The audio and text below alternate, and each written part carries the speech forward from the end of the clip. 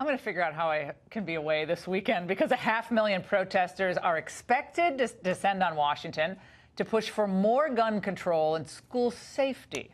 Hundreds of other protests are planned around the world on the same day. And we're told that each march is basically student-led. But did students really organize all of this in the 5 weeks since the Florida shooting?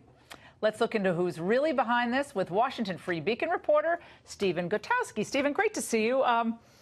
This is just a bunch of kids having fun and doing what's right in a time where we need to say enough is enough.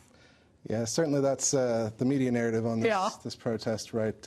It's just the kids sort of put this on all themselves out of the blue. They're just very talented kids. Yeah, right? Articulate on TV. They're on 60 Minutes. We might play a soundbite, but... Sure, but the reality is that that's not true. There's a number of groups that are helping organize this event.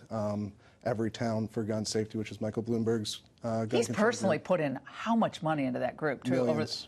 Millions and millions. He's a multi-billionaire himself. That's his big issue, gun control. Absolutely. And so they're involved. They even created a new group called Students Demand Change. So, they're Students Demand Action, just like Moms Demand Action. So and again, because it's a 501c4, as you wrote in your piece, it's limited on what information we can get. But we can bet, and this has come out, that this is going to be a massive push for voter registration. And each of these sites, they're going to have it canvassed with voter registration stations. So the goal here is?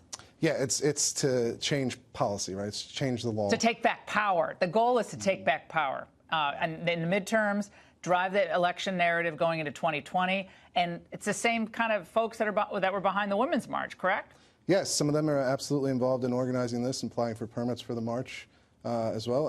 And the group itself that they've created, the C4 that you mentioned, that group is not just spending the money they've raised on this particular march. They've also said they're going to spend it going forward on other lobbying efforts. Ah, very interesting. Well, we should be all excited because George Clooney and his wife and his 2 children are coming because he wrote a check.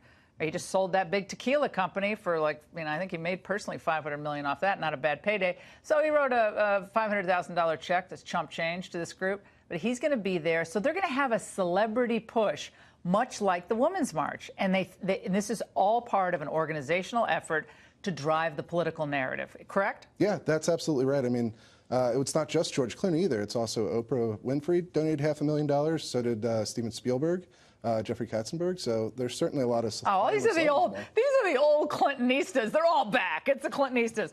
Yeah. Well, so we don't have time to play it, but the students went on 60 Minutes. They're getting the full media push, and it is going to be blanketing the country. We see the graphic. Do we have the graphic that we can put up from the march where the actual? Yeah. I mean, look at that. You can't even put the red flags. I mean, you got to hand it to them.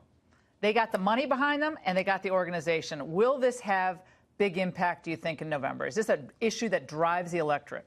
It hasn't been in the past, right? Well, in probably the opposite direction of what the organizers want. I mean, in the past, guns have been an issue that Republicans have dominated, that voters have gone to Republicans for because they prefer their policies. Yeah, so the Second Amendment types are like, whoa, this is unfair. They're coming after our guns, law-abiding people's guns. We got to get out there and vote. So it could have a boomerang effect, but they're going to register a lot of people to vote.